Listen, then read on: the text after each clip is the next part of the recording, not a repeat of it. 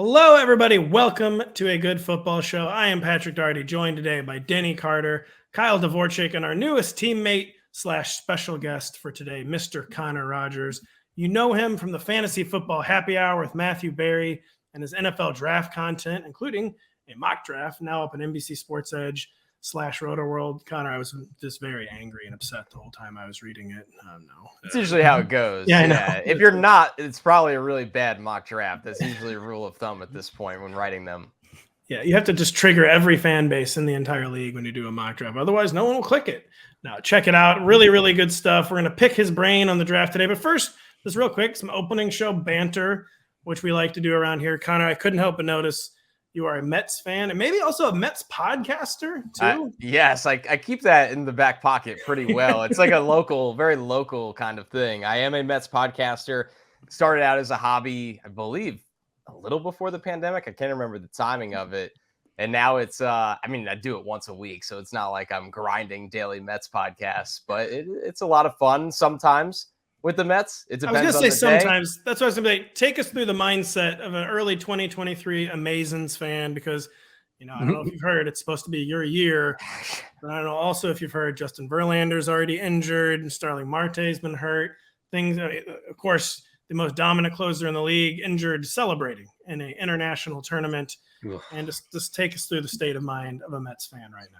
Well, hosting a podcast for them is the easiest thing in the world because there's literally always something notable in the news to talk about, whether it's the amount of money. And we started the podcast right before Steve Cohen bought the team. We knew the sale of the team overall was pending. I don't think I would ever start that podcast during the Wilpon era, knowing it was be a losing proposition. No, it never would have happened. So it's helped a lot because they are active in free agency. Obviously, they always have, for better or for worse, something going on throughout the season, or sometimes not even during the season at all. But as an actual Mets fan, you guys know how long the baseball season is. My God. And I've been trying to become more of an adult and packing it in of like, it's April, losing games doesn't matter, but it's still so hard, especially in the division they're in, where it feels like every year the Braves aren't losing. The Phillies come out of nowhere.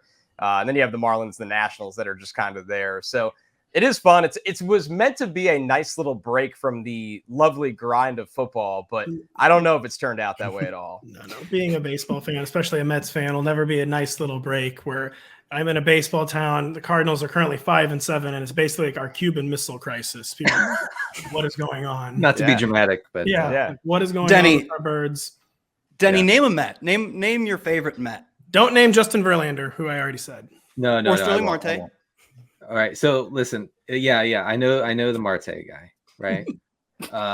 So the only way I know any MLB players is through DFS because I dabble. Okay, I like to donate money to MLB DFS. So the other day I rostered.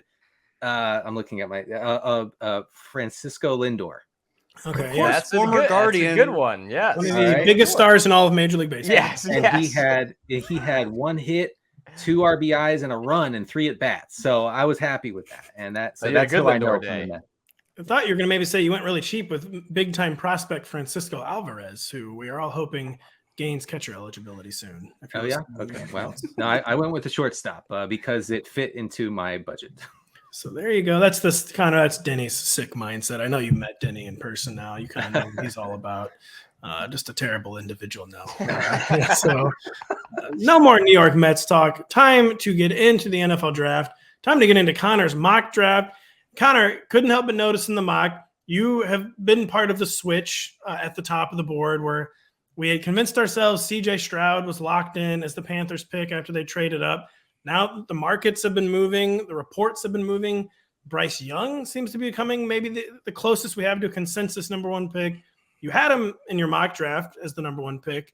Obviously, you're just trying to make the best mock. You were trying to get the picks right. Yep. I was just wondering how much that aligns with your personal take on Bryce Young versus CJ Stroud and what you would do at number 1 overall. It really is. I just go back to logic, and I like CJ Stroud, and he's worthy of, being discussed as the number 1 overall pick. There's no denying that. But when you look at Bryce Young, and there might be some bias. I've had a number 1 pick ticket on him since I think October or November when that board goes up, and you could still get it in the plus money range. But when you just watch him play, there was a lot of narratives, guys, right? Whether it was, well, Frank Reich would never draft a short quarterback, or like these things out of nowhere where nobody really knows. No, that's true. He needs a 6'4" immobile quarterback. Yeah, exactly. Right. So, and there's such a big staff there in Carolina that has such ties with quarterbacks over the years, or was a quarterback like Josh McCown, that, there's going to be a big group discussion on this. An owner that has a big time influence with all the money and resources that he has or attempts to put into the team.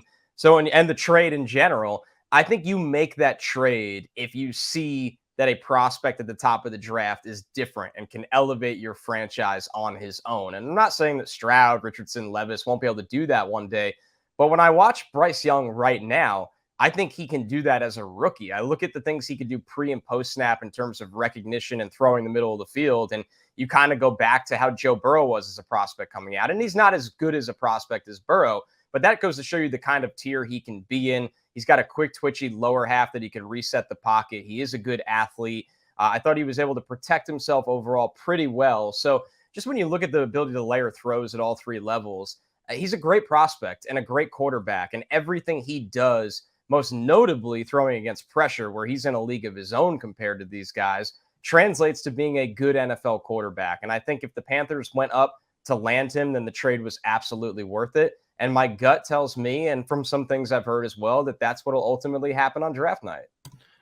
You got kind of in like the technical aspects of what makes Bryce Young such an interesting prospect. And he's a guy where, for me, it's kind of hard for me to just not be like cliche ridden, because when I watch Bryce Young, like he's got like the football player gene, basically. Like he just intuitively understands how to make plays. Like he has like that timer you can't teach. He has like that sixth sense that you can't teach about when to leave the pocket, when to stay in the pocket. And I think he'd be basically like a generational prospect, if not for the bugaboo of him being the height of a podcaster. Yeah, you're saying that he has that dog. He has high dog levels in him. And I think he is worth taking the chance at number 1 overall. But I do think it is a chance, just because the height, it still scares me. And are we sure that it's Bryce Young? I mean, I know we're not sure of anything. No, yeah. It has been so strange with the way these betting markets have been moving on the number 1 overall pick. Yeah, they're very fluky, and it happens all the time. You see the slightest little things can move them or turn them upside down, or the general public. I mean, part of me wonders when you look at it, just the way Josh McCown talked about CJ Stroud before he was ever on that staff, did people get a little out over their skis by that and just start piling money into the CJ Stroud plus money or even money market? And then it just totally took a turn downward where there was no value on him at all. And now it's come full circle because, listen, Stroud had the combine to really kind of elevate himself. And Bryce Young just showed up at the combine as heavy as he can get. And like, I'm not going to do anything at a playing weight that I never play at. So I think there's also the hype machine that heavily influences betting markets and makes it a very erratic predicting element of the draft. Yeah, it's funny. Denny and I have talked about how as we've all talked about just how transparent Bryce Young's weight play was at the combine. We're to like almost to the point, like, I feel like I shouldn't even list that as his weight. It's not his play. I don't even think it's in like the 10-pound range of his playing weight. He had a plan and he executed it. Yeah. Denny, would you take CJ Stroud or Bryce Young at number 1, by the way? Do you have an opinion on this? Or I mean, I'm very skeptical of the size of Bryce Young, so I probably lean the other way. But one thing I haven't seen Bryce Young do, and we all love to see this in the evaluation process, is to roll out to his left and rip one downfield like we saw Zach Wilson do, and like we recently saw Anthony Richardson do.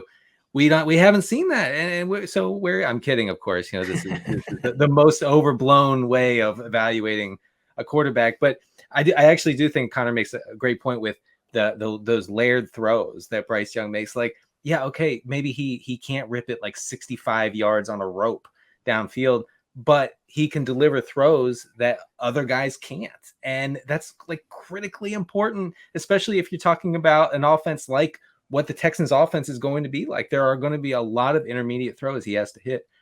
I'm sorry. Yes. I mean, if he goes to Houston anyway, which he's not, he's going, according to both Kyle and Connor, he's going to Carolina, didn't he? So right.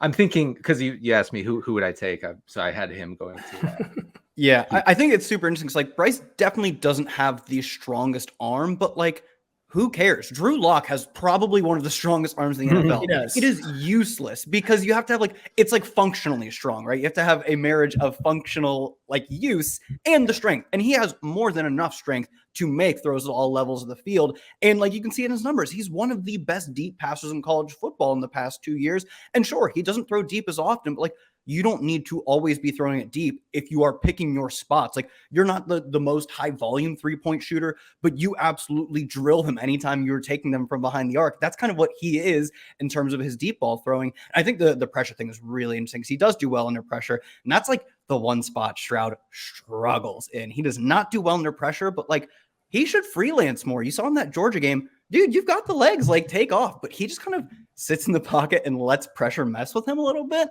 I don't know. Maybe that's something to be coached out of his game, but like it is super interesting that I think he looks like he has the athleticism to be a functionally mobile quarterback, but he almost like never chose to do that. And he wasn't great under pressure. So like maybe he should have been. And that kind of goes to the like Bryce Young just plays textbook good football. Like he knows his strengths, he knows his weaknesses, and he just never lets his weaknesses peek through. Like he knows his skill set so well and maximizes a really good skill set too.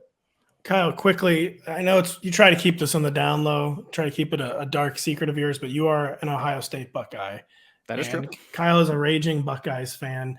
Is CJ Stroud, is he just another Buckeye system quarterback? No. He is. It's so funny that the Ohio State has not had a good quarterback in the NFL's terms. Like we've had more NFL receivers playing quarterback, literally like Terrell Pryor and Braxton Miller were started quarterbacks for us, and they played receiver in the NFL. He is not. Like I think I have no problem if he goes number 1 overall. I think I would do that because of the size, and I think his flaws could maybe be coached out of him because they're like tactical things. He has no physical flaws necessarily, and he's probably more athletic than you would think by watching him, unless you watch only the Georgia game.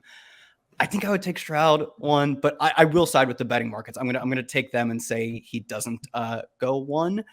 I think he's if he's not 1, he's 1B in terms of talent and overall just like NFL success. It is a helpless feeling when you follow a school and you have a hyped prospect and you know they're not good. And like this happened to me with Blaine Gabbert, where I was like, you cannot take Blaine Gabbert over Cam Newton. Like, you just cannot do this. I wouldn't even take Blaine Gabbert in the first round.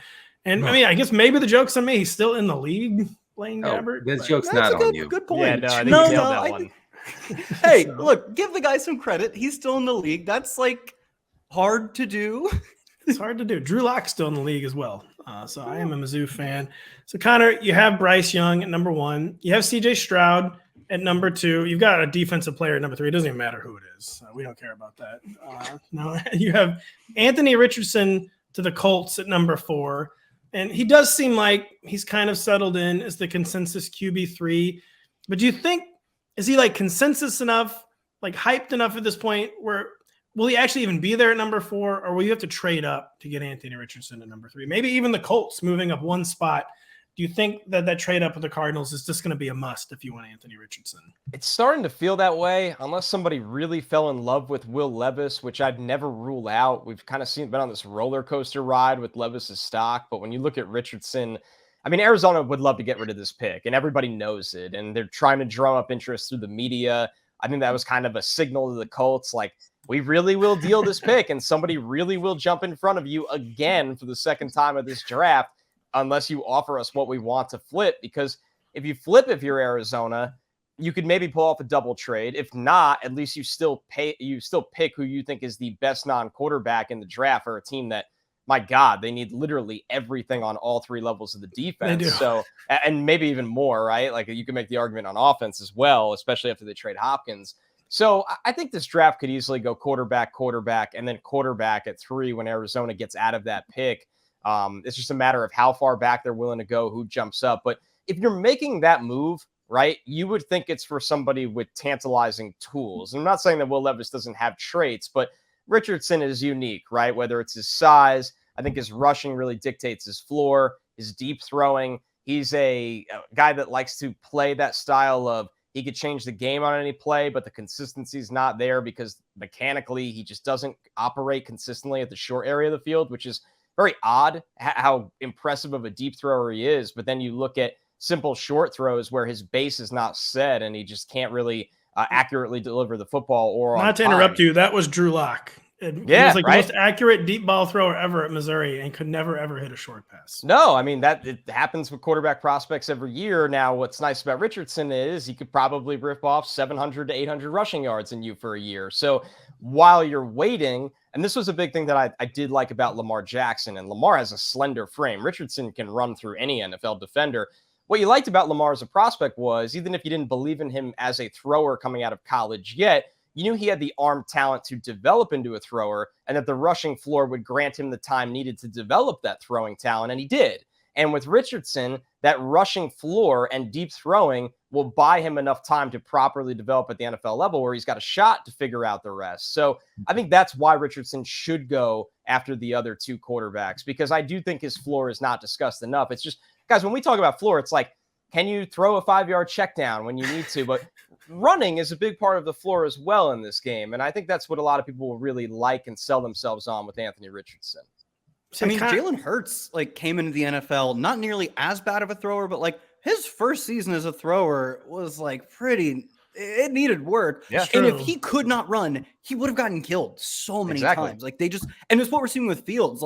Their offense wasn't good, but imagine if he wasn't rushing for a literal 100 yards a game in big stretches. He wouldn't get to develop, right? It's what you said. It's not that you see him as we're going to get 1,000 yards. And if he passes for 8 touchdowns, we've won. It's that the 1,000 yards as I always called him freshman or sophomore, as a first or second year quarterback, that is what allows you. And it allowed Hurts, who is now legitimately, he was one of the, I think he's so underrated how good of a thrower he was last year, but it allowed him, it bought him time to get there. And a smart coach will be able to scheme, especially efficient rushing out of him. Where's Shane Steichen from? I mean, he just coached Jalen Hurts. It just all really makes a lot of sense for both parties. I think Richardson, it matters where he goes a lot. And Indianapolis is actually one that I would feel pretty confident in. So Connor, I'll put you on the spot. The night one of the draft is April 27th. What are the odds on April 28th and Anthony Richardson, either at number 3 or number 4, is a Colt? Where would you put the odds of that? Man, the reason why I'm hesitant is because Ballard operates in such a stubborn manner that I'm not convinced he'll move to 3. And I think someone will, whether it's Tennessee. I mean, there's a lot of very interesting teams that could come up into that spot. I'll put it at 40%. Which is pretty high. Pretty high. That's pretty high. Yeah. But I still have the fear of Ballard being I'm not giving up picks to move one spot. And that's not what the conversation is about. The conversation should be about, I'm giving up picks to secure my guy. And if the Colts come out of their meetings and go, well, we graded out Will Levis and Anthony Richardson the same, so we're not going to move, it just wouldn't shock me from such an old school scouting mentality standpoint. That's a really, really good point. And yeah, Chris Ballard has kind of gone from the golden child of GMs to getting true. The daggers have been out this offseason. Yeah. Truth, I believe, is on the reg, is what the Zoomers say. That phrase has not been uttered in over 10 years. No, sorry. Denny, any Anthony Richardson thoughts? We've talked about Anthony Richardson a lot. Well, I wanted Kyle to kind of repeat the Anthony Richardson, Derrick Henry comp. Oh, that he's Derrick Henry with Blastoise cannons on his back. He's one of them. But he is when he he weighs, I think, 3 pounds less than Derrick Henry. He's an inch taller, and he ran 1/10 of a second faster 40. That is not real, man. It is terrifying. Just gotta hit some 5-yard passes. You saw a lot of baffling. I mean, it wasn't a ton of time on the field, but a lot of bafflement at Florida. So a question that I keep thinking of, I think other people are thinking of a lot, is still Anthony Richardson versus Will Levis. It certainly seems like Anthony Richardson has separated himself from Will Levis, maybe tiered up from Will Levis. Do you agree with that, Connor, or do you think Anthony Richardson is clearly ahead of Will Levis as a prospect? I do. I mean, I have Richardson as the 13th overall player in this draft, and then I think Levis is closer to Hooker. I have Levis at 38 and Hooker at 41. So I'm fascinated by the tiering of the quarterbacks. For me, you could argue Bryce is in his own tier. I would put him and Stroud together in that first tier. I would put Richardson in his own tier. And then it's Levis and Hooker, not Levis and Richardson. And, it's not that, it's how we look at these things from where are you at in your developmental process. And I think Levis and Hooker have a long way to go before they could thrive at the NFL level, because when things get chaotic, things get really, really bad for them. And with Levis specifically, I mean, the timing is a significant issue for me right now. Everybody looks at him and goes, oh, he's not accurate. It's like, well, I think he actually would be. The timing of the throws is what the problem is. He doesn't have that. He's not in sync with his routes or his wide receivers consistently. And it looks like the pass is inaccurate, but it's really the fact that he's just not timing his throws up wisely. So, because when you look at him, I mean, he's got everything you want in terms of the build. He's tough. He'll take a hit. He doesn't stare down the rush. And he's somebody that does have a snappy kind of motion and release, but when you're playing slow and your decision-making is off, and you're already not an old prospect, but older. He'll turn 24 right before training camp. No, you could say he's old. Yeah, that's old, right? That's older. And this is I someone was going to say, it's a good thing that these guys who have a lot of developing still to do are 24 and 25 years old. You really want to be really ramping up the development on the Brandon Weeden track of being ready to play when you're 29 or 30. That's what's scary about Levis and Hooker, and why I can't justify them being in my top 32 players. I can't justify them being first round picks, and they will be. I think both of them very well could be. But because that's the NFL quarterback tax we see every year. But for me, it just wouldn't work that way for me. And Hooker being 25 with the catastrophic injury, I would not want that to be my team's first round pick. Connor, this will be the most important question we asked you. You yourself are jacked. Maybe people can't see that if they're only listening on the podcast. We wanted you to weigh in on is Will Levis too jacked? I can confirm Connor's very, very strong. We heard this from Denny in-person scouting that he said you were, quote, jacked. Intimidatingly so. I don't know about that, but I love that conversation. Is Will Levis too jacked? I mean, no, right? Like, I don't think you're ever too jacked unless it really affects your flexibility. Like for a pass rusher, I would be worried about being tight. As a corner, I'd be worried about hip tightness. With Levis, I mean, he had to stand in there and get the absolute snot knocked out of him on a bad team this year. And to his credit, he did. And once again, going back to the motion, like I like the throwing motion of Will Levis, and I do like his short yardage running ability. He can move the pile. He could give you 5 yards. He can run in the goal line situation. So I love that question. And it's been like kind of this fun. Now, the mirror selfies, that's kind of where I draw the line there for Will Levis. Didn't really love that, but didn't go well for Zach Wilson. No, mirror selfies as a quarterback prospect have a bad track record, it feels like right now. And this is analytics. Yeah, this is numbers. I ran the numbers. We're not on a good trajectory right now, fellas. No, look, Tom Brady has for 20 years told us about pliability and the importance of pliability with quarterbacks. I don't see much pliability going on with jacked up Will Levis. That's all I'm saying. So Denny, he thinks Will Levis is too jacked. I think he must be thinking Connor's too jacked too. Okay, no more analyzing. Little tension on the podcast. Got to get the muscle rate down. So too strong to analyze. Yes. Yeah, Connor. So you have on your big board, you have Will Levis outside the top 32. I believe you just said. Correct me if I'm wrong there. Yep, 38th. You do have him mocked to the Titans at number 11 because again, you're just trying to predict the picks. Yeah. You think there's any chance Hendon Hooker goes before Levis, like a team? Man. I guess there probably would be if he wasn't injured, but is that a remote possibility? You'd say Hooker off the board before Levis? I stopped ruling out every draft scenario when I was sitting there at Bleacher Report and Rashad Penny went in the first round that year, and Cole Strange last year, and those guys. The Penny pick was good all along. Yeah. Look at those guys could, and it's funny, those guys could play, but they're just not your typical first round kind of picks.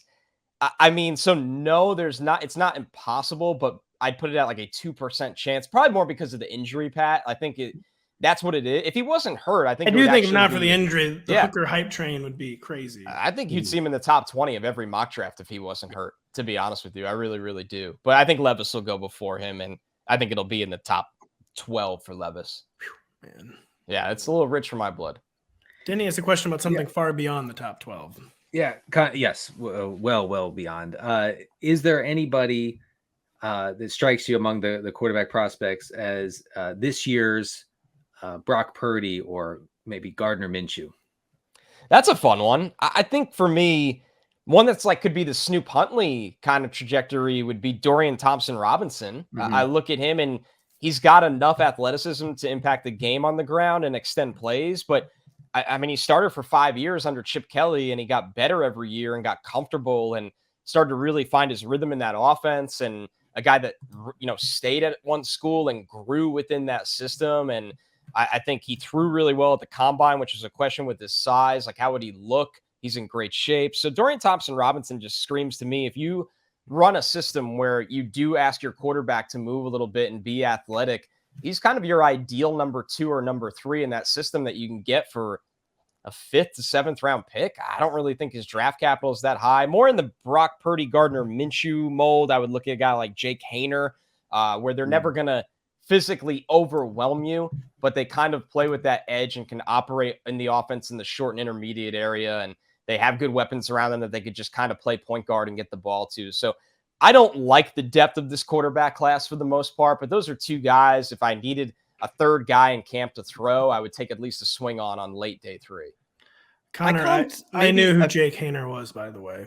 I did too. Oh, that's unfortunate. You shouldn't, Pat. You shouldn't be knowing this much about college football. You're allowed. I actually did not know who Jake Haener was, even though I do follow college football pretty closely.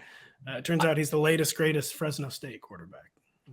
I comped DTR to maybe like a Tyrod Taylor career path, where like there were systems in which Tyrod Taylor, I mean, he literally got a Pro Bowl. Pro Bowls aren't what they used to be, but I'm pretty sure like Andy Dalton got a Pro Bowl. Been to 17 of them.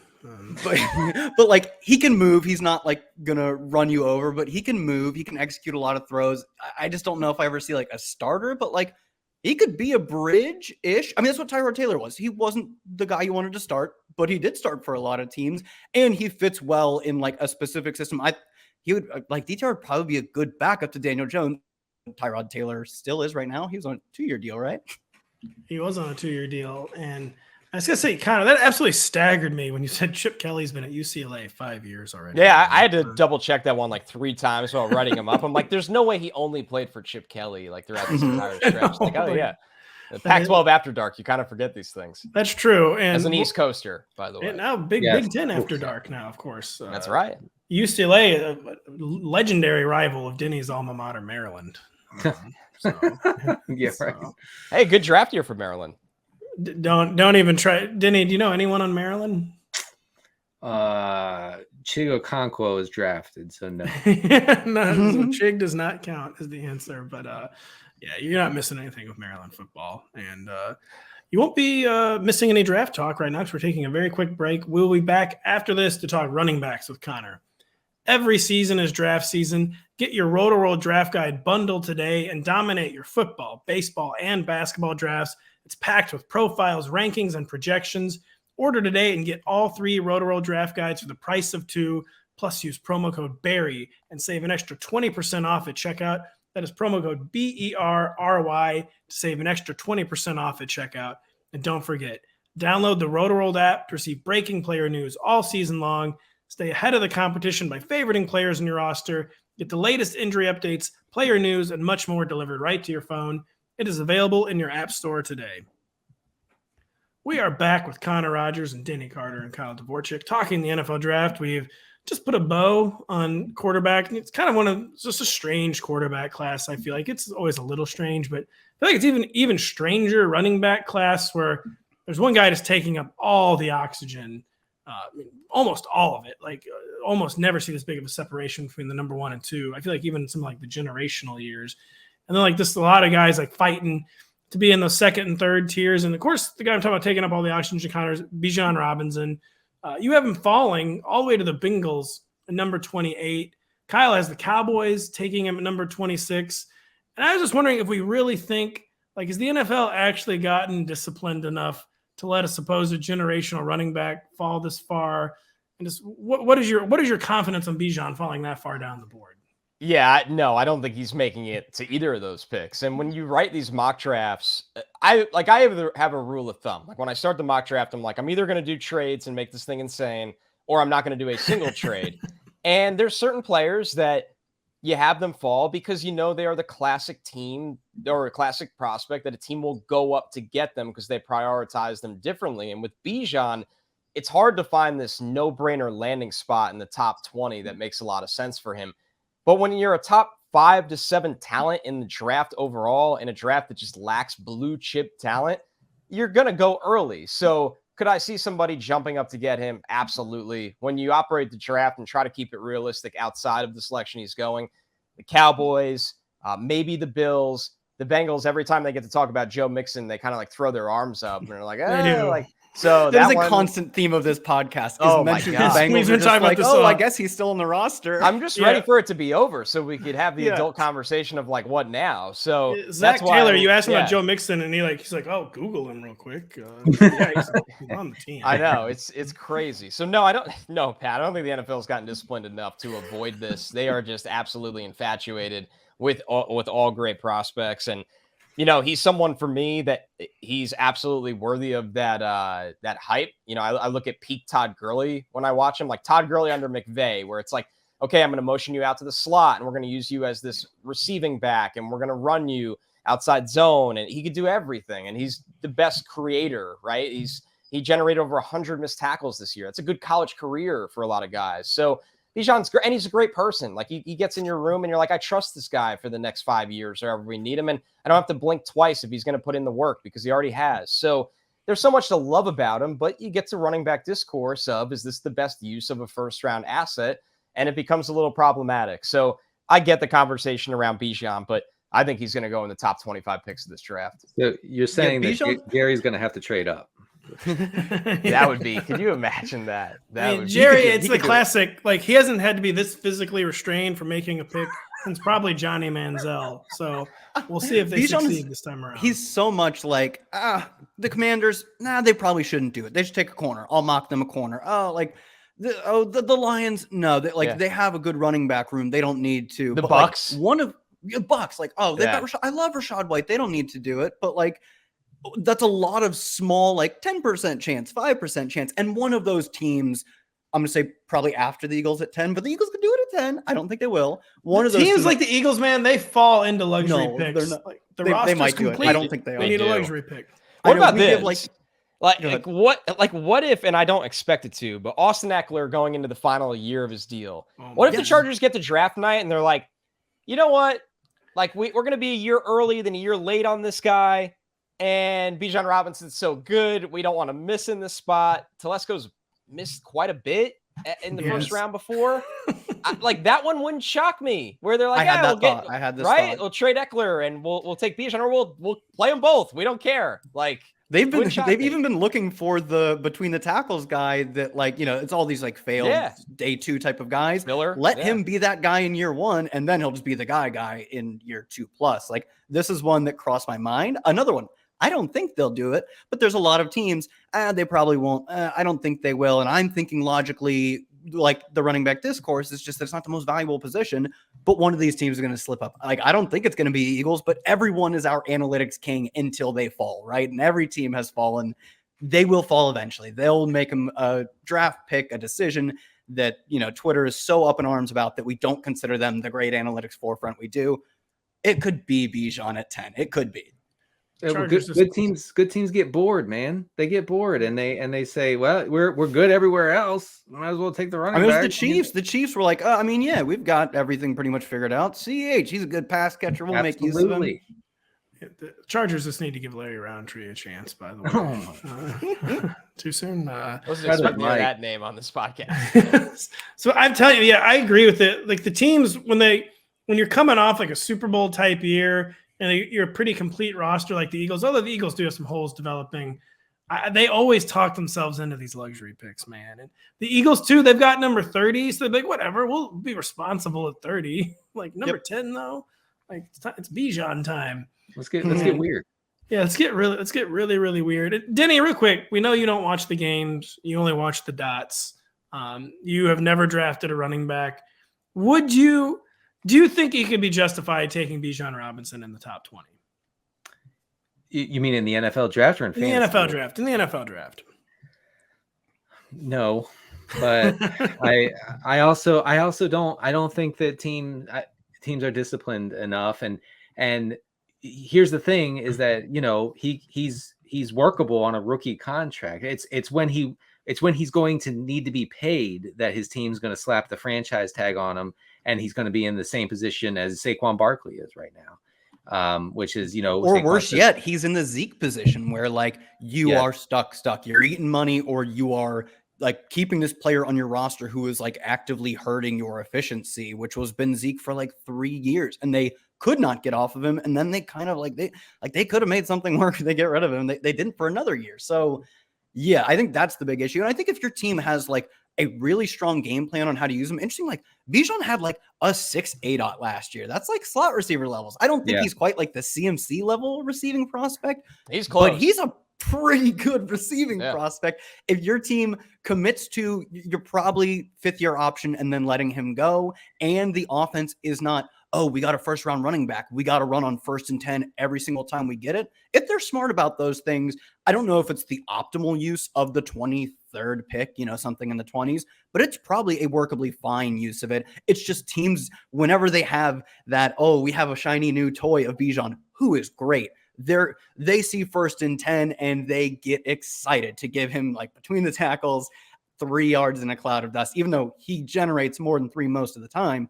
When you're that predictable, that's why we think, that's why the running back discourse is where it is. As great as Bijan is, he can't control that much. There's so much going on in front of him in the box. So I think 20s is probably justifiable if a team is really smart about it, but we know they're not. I'm looking through the draft order, by the way. I think things will get weird with Bijan. And honestly, the first place I see is I probably will get shouted down, but I feel like the Falcons, like Arthur Smith, like, I just need an anchor running back for my system. Like, we all know Tyler Algier was great as a rookie, but he's no Bijan. I can see the Bears getting weird. I do think the watch truly begins with the Eagles at 10.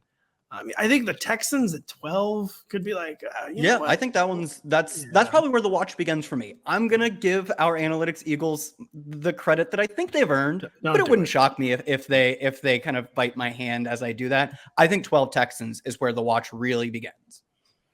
It's all right. That's enough Bijan talk for now, but Connor, who do you think, we'll kind of ask the Brock Purdy question now at running back. Who is a running back outside the consensus top 5, if that consensus top 5 even exists? I don't know if it does this year, who could maybe make an immediate impact in 2023. I'm trying to think of an example from last year. I don't know, like this year's Damian Pierce. Pierce, right? Yeah. I think it would be Pierce. For me this year, it would be Israel Abanikanda from Pitt, and I haven't seen him valued as a top 5 back. For me, he comes in right at number 5, just because he's got breakaway speed. He's got the frame to actually be able to take a good amount of touches. He's 215-ish pounds play weight. He was timed 4.26 to 4.32 at his pro day, and it's all there on film. Like, if there's a hole for him, he's gone. The thing with Abanikanda that's a little tough to process is he was not utilized much as a pass catcher. I think the pass protection needs work, and these NFL coaches sometimes just don't put a guy on the field until he gets there. But Abanikanda in an early down roll, or he goes somewhere where the guy in front of him gets hurt and then they're forced to play him, and it's like, oh, he's ripping off 50 and 60-yard runs. We actually should play this guy. He's the one to me that I think will have that kind of fantasy outlook, because everybody else is just a little limited in terms of what their max can be. Like, I like, Roshan Johnson's power, and Tyjae Spears is elusive, and Eric Gray is another guy that's kind of this do-it-all. But when you look at Abanikanda, you want a calling card, and a calling card is that the guy can outrun just about anybody, but has the play weight where it's like, okay, I don't have to give him 4 touches a game. I could actually give him double-digit touches. So I think the value will swing. Depending where he goes, I think he'll be kind of a hot name in dynasty drafts when we get there. Denny has just added him to his queue in every best ball draft where he has not taken a running back in the first 10 picks. Yeah, no, listen, Kent Lee's RAS score has Abanikanda as the most athletic running back in the entire class, even more athletic than Bijan Robinson. So we are cooking with gas, folks. And like someone who, you get guys like that every year, and it's like, okay, well, what do you do in college? Abanikanda just ran for over 1,400 yards and 20 touchdowns, and nobody cares. I'm like, why does anybody care about Abanikanda? I don't get it. Every time he's someone who I'm going to be really sensitive to draft capital. Like, if one team values him as like a late day 2 pick, I'm going to get excited because I'm not sure I really teams don't see that interested in him. Like a lot of draft pundits think like Devon Achane is probably the third running back or the fourth running back. Like Charbonnet is probably the third running back. And I'm not sure where Abanikanda fits into that as like, is he most teams' ninth favorite running back? But if just a few teams see him as like the fourth or fifth best running back, like I'm totally willing to put him up there in Dynasty too. Cause he is like people talk about like Devon Achane's breakaway speed. It's great. But like, Abanikanda can kind of do that too, and he's way bigger. Anecdotally, every time I looked at a pit box score, it was like, oh, Abanikanda ran for 280 yards and 4 touchdowns, and nobody's talking about it. Why? What is happening? Yeah, it sounds like we're kind of describing him as Christian Michael, who was actually good in college. Christian Michael is kind of good. Oh, I see what you're saying with the athleticism, though, because didn't Michael come out as like a super combine crusher? He was the chosen one. Like he was the legit chosen. He was like the beginning of this era of like fantasy football analysis. He was the chosen one from an athletic standpoint. That didn't work out. I'm assuming he's on the St. Louis Battlehawks, my beloved Battlehawks in the XFL. Right now, Connor, you mentioned Roschon Johnson. That was another guy we wanted to ask you about because, he's overshadowed by Bijan in general. But he was literally overshadowed just running behind him at Texas.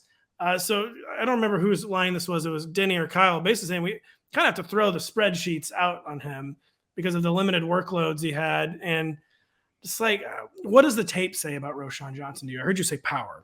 Yeah, he reminds me of Jamal Williams, honestly. When you look at the body type, the running style, he's the best pass protecting back in this draft, so he's going to have a rookie role right away. I think he's got soft enough hands that he can catch those outlets and be a tough runner for you to get you 5 to 8 yards on those checkdowns. But north and south, like this guy has it. He just understands how to get downhill, break tackles, drive his legs, where he feels like a bit of a touchdown vulture as a rookie, but you like that. At least in a PPR format, he's somebody that should get pass game work despite not being this small, elusive guy. And you love the frame as well. So it's a kind of a shame that he was Bijan's backup because I think he would have got a lot more love. He's also one of those players that, man, if he was somewhere else, he might get love as a top 5 running back in this draft, but the opportunity wasn't always there. You look at the testing, it's good, but he doesn't have breakaway speed, and everybody knew that. But when you just look at the frame and the polish in terms of what he can do for you right away, I definitely see that Jamal Williams role for him at the next level. Jamal Williams is like a really good comp too, because people forget Jamal Williams has good hands. Like Denver, Detroit never that's not the role they had. They did stop using him as a pass catcher, which was weird because he caught a lot of passes. 25 catches for at least 200 yards every single season in Green Bay, and he was like a day 3 rookie, and he did that from his rookie year to the time he left. And Detroit just didn't use him in that role. But like, that is kind of what Roschon is. Like, he's not a supreme running back prospect, but at his size, when he has soft hands and can pass protect something, Jamal Williams is also like every year PFF grade. Jamal Williams like a top 10 pass blocker too. So I love that comp. I've been struggling. I was like, he's kind of like Ramondre in that he can do a lot of things. He's not like super breakaway speed, but you kind of quarterback. Am I imagining he was recruited as a quarterback, but immediately played. He never played quarterback. I think they had like a bunch of injuries in Texas. It would have been like 2019, I think Texas one of those years was one of those schools where like they were starting like a linebacker at quarterback. I might be thinking of Kentucky. I know Kentucky had to do that at one point. But. Yeah, Texas had a bunch of running back injuries his freshman year, so he played like a decent amount of running back. It was the most carries he ever got in a season too, because of Bijan. Roschon, by the way, he just turned 22, and he was a 4-year contributor. So that's an interesting kind of mix to me where a 4-year guy who's not already like 23 or 24.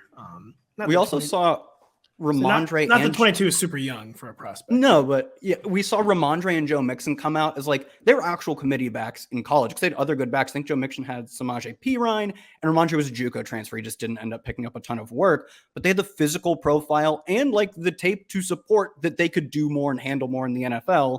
I don't know if like he'll ever be as like, high upside as those guys, but like the more late career Joe Mixon, what we saw the past few years from, we're like, he's good. He's not my favorite back, but he does a lot of things to a decent level. That could be Roschon pretty early in his career. Connor, we have to ask you about Jahmyr Gibbs, of course. Kind of a career committee guy at Alabama, and correct me, Georgia Tech before that, I believe. Yep. We've seen Alabama committee guys come into the league and be anything but committee guys, and we've also seen Kenyon Drake, who just stayed typecast as a committee guy. What do you think Jahmyr Gibbs' like actual touch ceiling is? I mean, I guess like on a yearly basis, could he ever develop into like a 300 touch guy, or is he going to be stuck in like 150, 200 touch type? Because we just know the way these guys get typecast. He's a committee guy in college. He's got to be a committee guy in the NFL. He kind of feels like he'll be on that Travis Etienne NFL trajectory a little bit for me, I think, with Gibbs. And I love him. I actually think, like, because Bijan is so good, people have forgotten that the Gibbs is very, very talented and he's not Bijan, but I think he is in a league of his own as the second best running back in this draft. I find it hard to argue anybody else over him because it's also how you maximize those touches. And Gibbs is incredible at maximizing his touches, whether it's through the run game, notably outside zone, through the pass game. He's so explosive as a guy in space. He looks like that third Cook brother to me, like just another member of the Cook family tree from Dalvin and James, and now it's Jahmyr Gibbs.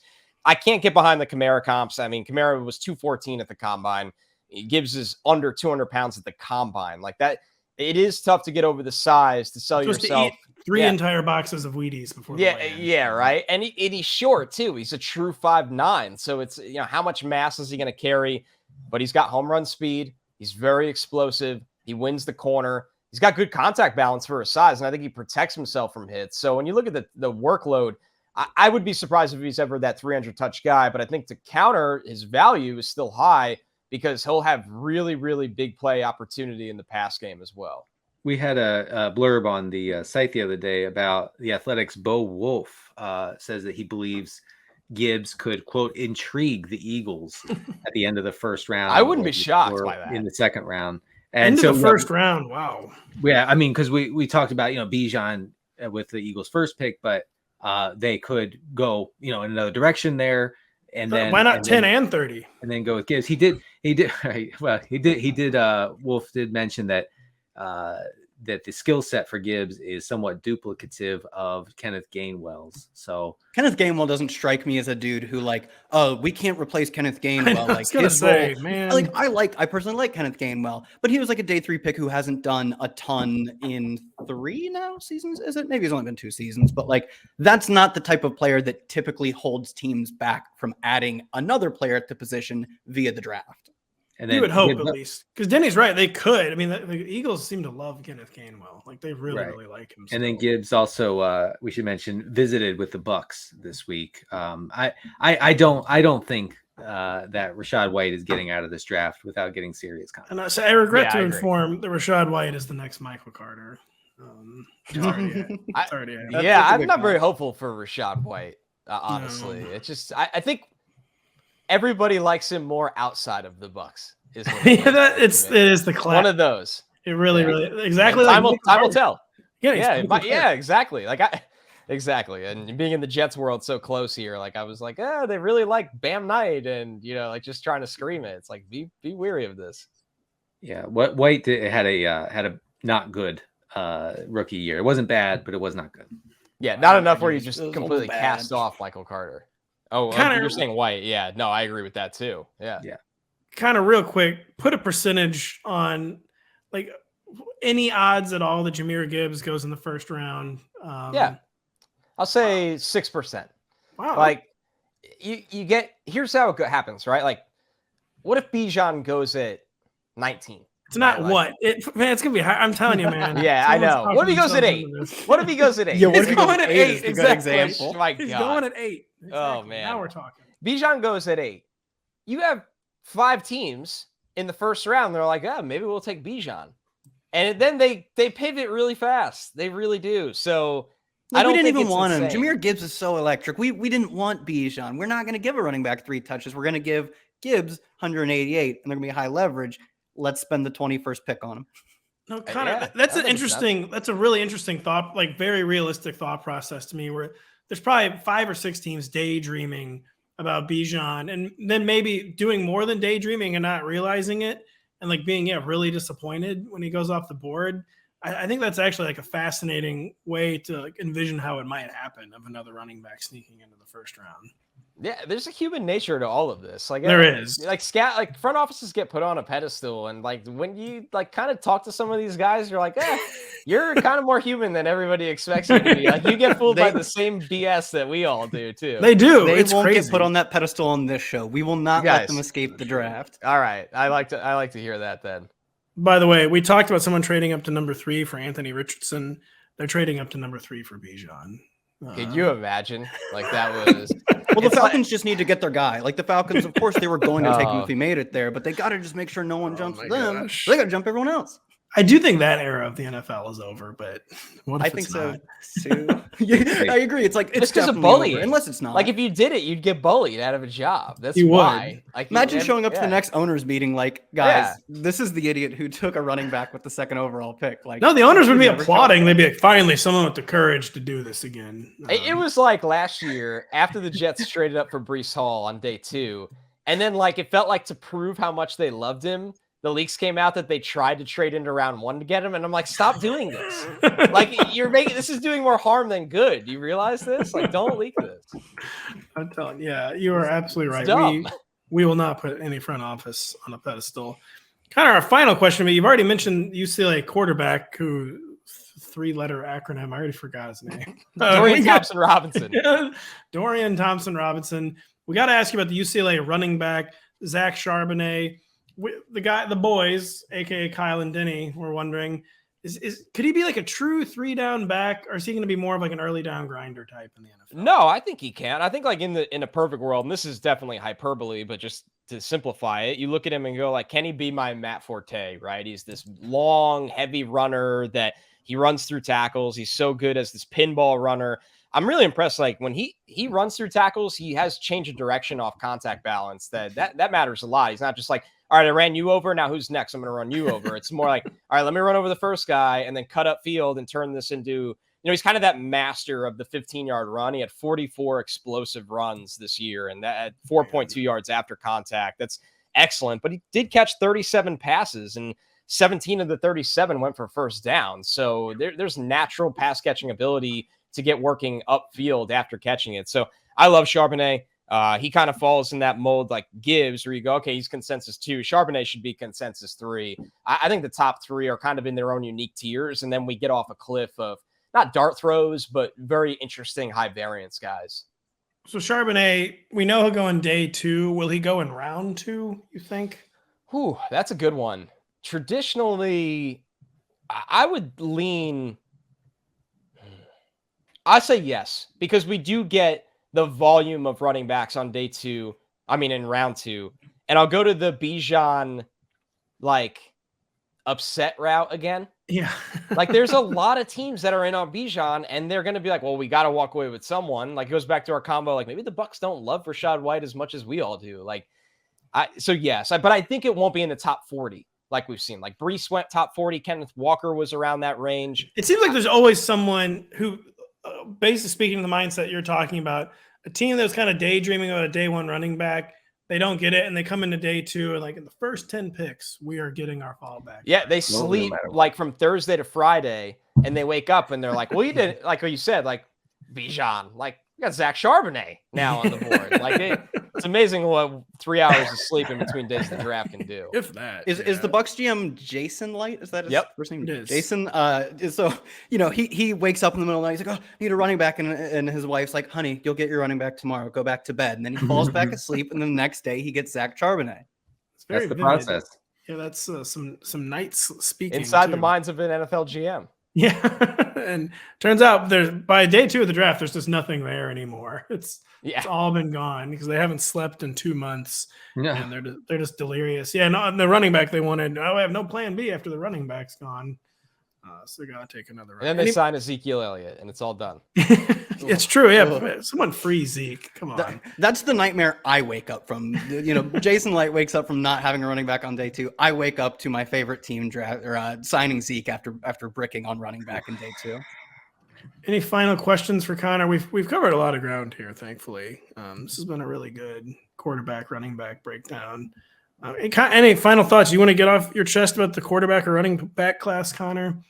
They're pretty static, right? Like it's hard for me to sit here and have these outrageous debate. Like wide receiver after Jackson Smith and Jigba, I think is where it gets fiery. And I think some people will, I don't want to say look foolish, but there's just so much more risk and variance in those projections. I actually like that this year, a quarterback and running back, there's nuance, and it's like, okay, this is why these guys are in this tier. So it's been comfortable in that way, and I'll probably regret saying that a year from now.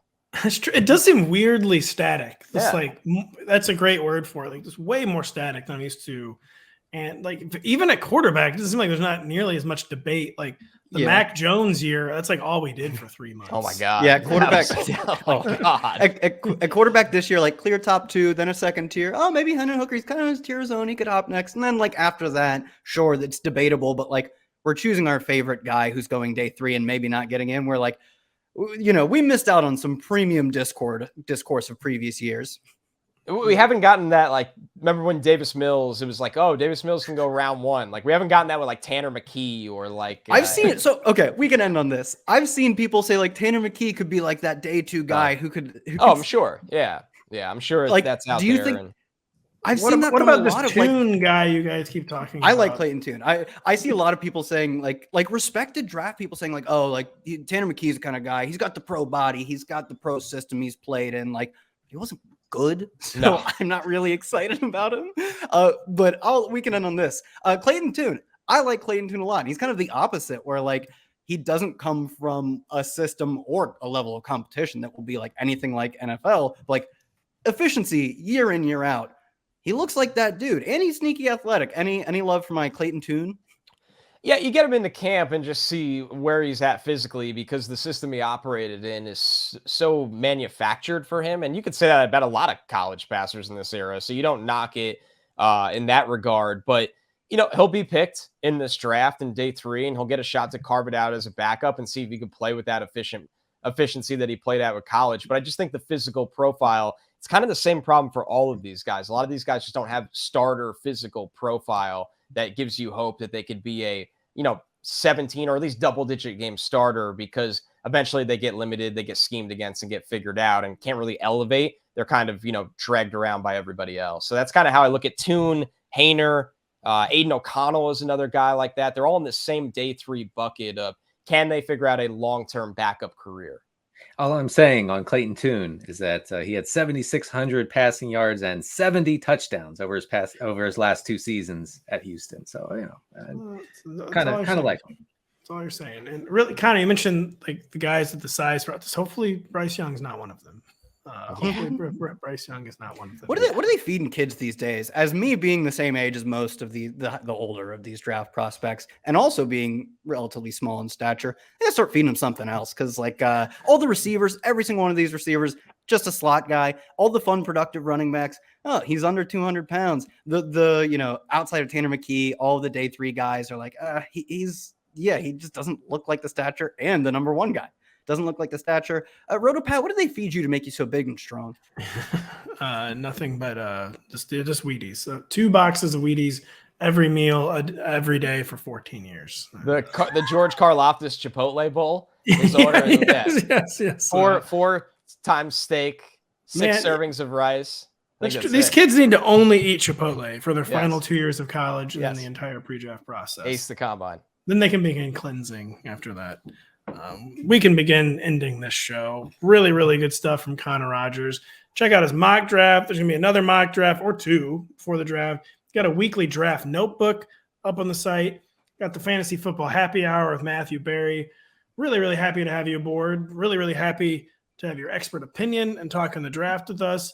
Denny and Kyle, of course, still getting a lot of stuff on the website. Kyle's really been grinding the draft as well. He's got a mock out there as well. Team needs pieces. So just a lot of excellent stuff on the site. So check it out. We'll be back next week to talk more NFL news, more draft. So for Connor, for Denny, for Kyle, I'm Pat. Thank you for listening. We'll be back later.